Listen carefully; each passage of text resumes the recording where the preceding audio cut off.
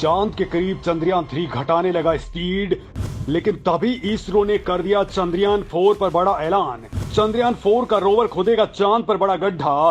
भारत का प्लान जान, अब नासा ने भी दिए बड़े संकेत।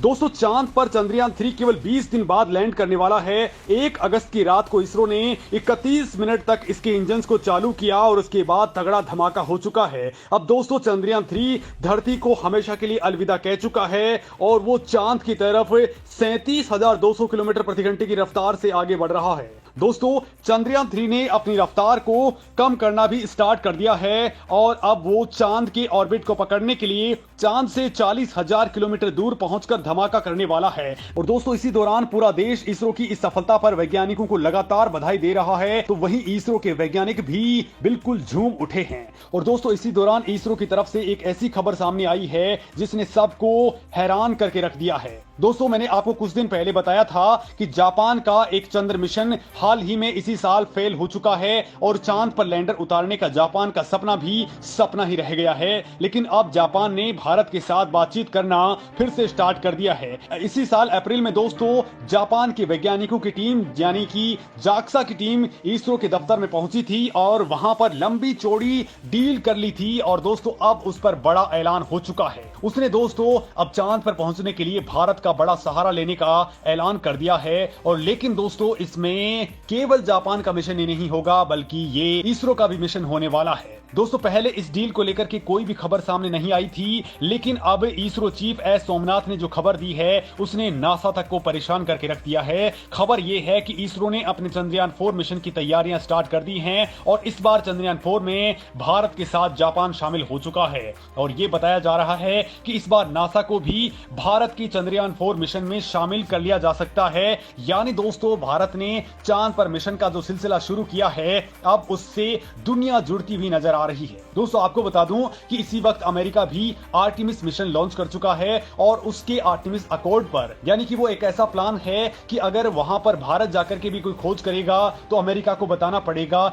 और अगर अमेरिका भी वहां पर जाकर के कोई भी प्लान लॉन्च करता है तो उसकी हर खबर भारत को देनी पड़ेगी। ये अकॉर्ड भारत साइन कर चुका है। लिहाजा दोस्तों, भारत चंद्रयान-4 में अब नासा को भी शामिल करना चाहता है, तो इसी के साथ ऑस्ट्रेलिया और यूरोपियन स्पेस एजेंसियां भी इसरो के साथ जुड़ने को बेताब हैं। लेकिन दोस्तों, इस प्लान में अब जापान भारत के साथ मिल चुका है। इस प्रोजेक्ट ने अब विशाल रूप ले लिया है। अब जाक्सा, नासा जैसी स्पेस एजेंसियां इसरो के साथ काम करने के लिए रेडी हो चुकी हैं। दोस्तों, American space agency NASA ISRO के साथ निसार नाम का एक बहुत बड़ा मिशन लॉन्च करने वाली है, जो अगले साल तक लॉन्च भी हो जाएगा।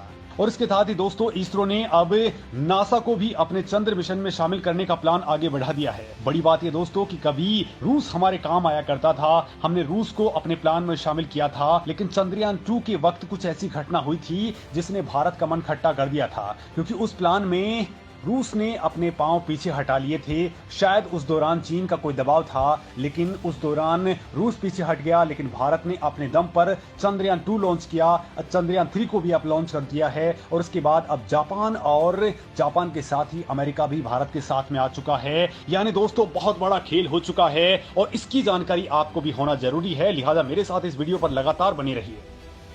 चंद्रयान-4 पर इसरो ने कर दिया है खुलासा।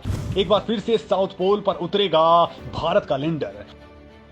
दोस्तों, भारत का महत्वाकांक्षी मून मिशन चंद्रयान-3 लगातार दुनिया में चर्चा का विषय बना हुआ है। वो चांद की यात्रा पर है और हर दिन बड़े धमाके कर रहा है। लेकिन इसी बीच इसरो की ओर से चंद्रयान-4 मिशन पर बड़ा ऐलान कर दिया गया है। भारत एक बार फिर से जापान के साथ मिलकर के एक बड़े मून मिशन का प्लान बना चुका है, जिसका नाम है लूनर पोलर एक्सप्लोरेशन मिशन। इसे लोग चंद्रयान-4 भी बुला रहे हैं, साथ ही इसे लूमेक्स मिशन भी कहा जा रहा है। इस मिशन में इसरो और जापानी स्पेस एजेंसी जाक्सा चांद के दक्षिण ध्रुव के ऊपर जांच पड़ताल करने वाले हैं। यानी कि दोस्तों, बिल्कुल साउथ पोल के ऊपर ये उतरने वाला है लैंडर। और इसके लिए प्लान और सारी चीजें रेडी हो चुकी हैं। 2026 के के दौरान ये मिशन लॉन्च होने वाला है। फिलहाल दोस्तों ये मिशन कॉन्सेप्ट और बातचीत के लेवल पर बहुत ज्यादा आगे बढ़ चुका है, लेकिन इसी दौरान दोनों देशों के वैज्ञानिक काफी पॉजिटिव नजर आ रहे हैं। भारत को इस मिशन के लिए लैंडर बनाना है, लेकिन जापान इसके लिए रोवर और रॉकेट बनाने का काम करेगा। दोस्तों इस बार जो रोवर होगा वो बेहद खास होने वाला है, क्योंकि वो रात में चलने वाला यानी मून नाइट के दौरान भी वो काम करेगा। और दोस्तों चंद्रयान 3 की लॉन्चिंग के बाद इसरो चीफ एस सोमनाथ ने इस लुपेक्स मिशन के बारे में बताया है कि इस प्रोजेक्ट की फाइनल रिपोर्ट सबमिट करनी है ताकि मोदी सरकार क्लियर कर पाए। लेकिन इसी दौरान कुछ मुद्दों को सुलझाया जा रहा है, जैसे दोस्तों लैंडर और रोवर का वजन बहुत ज्यादा बड़ा मुद्दा है, क्योंकि चांद के ऊपर इस बार भारत खुदाई करने वाला है और इसके लिए बड़ी बड़ी मशीन भी वहां पहुंचने वाली हैं और वहां से दोस्तों भारत नमूने जुटाने वाला है। लिहाजा एस सोमनाथ ने कहा है कि इस प्रोजेक्ट पर फिलहाल काफी विचार चल रहा है। दोनों देशों के वैज्ञानिक अपनी आइडियाज शेयर कर रहे हैं और अभी तक लुपेक्स मिशन का आर्किटेक्ट तैयार होना बाकी है, यानी कि ये फाइनल स्टेज में पहुंच चुका है और ये जैसे कंप्लीट होगा उसके बाद चंद्रयान 3 की जो भी रिपोर्ट्स आने वाली हैं उसको इनके साथ में इनबिल्ट किया जाएगा और फिर इसमें लैंडर और रोवर को स्पेस में भेजा जाएगा। क्योंकि दोस्तों हमारे पास जो रॉकेट है उसकी क्षमता थोड़ी कम है, लेकिन जापान के पास जो रॉकेट है वो भारी भरकम वाहनों को उठा सकता है। लिहाजा चंद्रयान 4 के लिए जापान का रॉकेट इस्तेमाल किया जाएगा। दोस्तों कहा जा रहा है कि इसका वजन 6000 किलोग्राम होने वाला है और चंद्रयान 3 जो है उसका वजन है 4000 किलोग्राम के पास में। लिहाजा दोस्तों इस बार रॉकेट बहुत हैवी होना जरूरी है, इसके लिए जापान का रॉकेट इस्तेमाल किया जाएगा। दोस्तों भारत और जापान के वैज्ञानिक एक साथ बैठ चुके हैं, लैंडिंग लोकेशन का उन्होंने पता लगा लिया है कि यानी कि चांद के ऊपर किस जगह पर हमारा लैंडर उतारा जाएगा। और इसके अलावा दोस्तों रोवर, एंटीना, टेलीमेट्री और पूरा का पूरा प्रोजेक्ट है उसका एस्टिमेट्स रेडी कर लिया गया है और इसमें बिल्कुल क्लियर कह दिया गया है कि ये 6000 किलोग्राम का पेलोड होने वाला है, यानी दोस्तों ये बहुत बड़ा एयरक्राफ्ट होने वाला है। साल 2019 में दोस्तों भारत और जापान ने लुपेक्स मिशन में अमेरिकी स्पेस एजेंसी नासा को शामिल करने की बात कही थी, लेकिन अब दोस्तों भारत अमेरिका के साथ में ऑलरेडी हाथ मिला चुका है। लिहाजा बहुत पॉसिबल है कि नासा भी इसके साथ पूरी तरह से जुड़ जाए। और दोस्तों जब ये मिशन चांद के ऊपर पहुंचेगा तो काम क्या करेगा? काम दोस्तों सबसे ज्यादा अहम काम ये होने वाला है कि वहां पर भारत 1.5 मीटर से गहरा गड्ढा खोदने वाला है। मतलब दोस्तों यहाँ पर ग्राउंड पेनिट्रेटिंग रडार का इस्तेमाल करने वाला है। हालांकि दोस्तों ये पूरा का पूरा मिशन चंद्रयान 3 की सफलता पर टिका हुआ है। और दोस्तों चंद्रयान 3 पर इसरो ने जानकारी दी है कि चंद्रयान 3 धरती की कक्षा से बाहर निकल चुका है, अच्छी लोकेशन पर है, अच्छी स्थिति में है और वो धरती की कक्षा के बाहर अब बहुत तेजी के साथ में चांद की ओर बढ़ रहा है। इसरो ने बताया है कि चंद्रयान 3 पृथ्वी की कक्षा से बाहर निकल करके ट्रांस लूनर इंसर्जन में पहुंच चुका है और ये लगातार बहुत तेज रफ्तार से चांद के ऑर्बिट को पकड़ने के लिए आगे बढ़ रहा है। अंतरिक्ष एजेंसी ने कहा है कि ISRO telemetry tracking and command network ने हर मौके पर चंद्रयान 3 को बिल्कुल सटीक कमांड्स दी हैं ताकि ये अच्छे तरीके से काम कर पाए। अब दोस्तों इसका अगला कदम चंद्रमा है और उसके चंद्रमा के करीब पहुंचने के लिए 5 अगस्त को लूनर ऑर्बिट इंसर्जन की प्रक्रिया को अंजाम दिया जाएगा। इसरो ने कहा है कि ये 23 अगस्त को चंद्रमा के पास में सॉफ्ट लैंडिंग करने की कोशिश करेगा।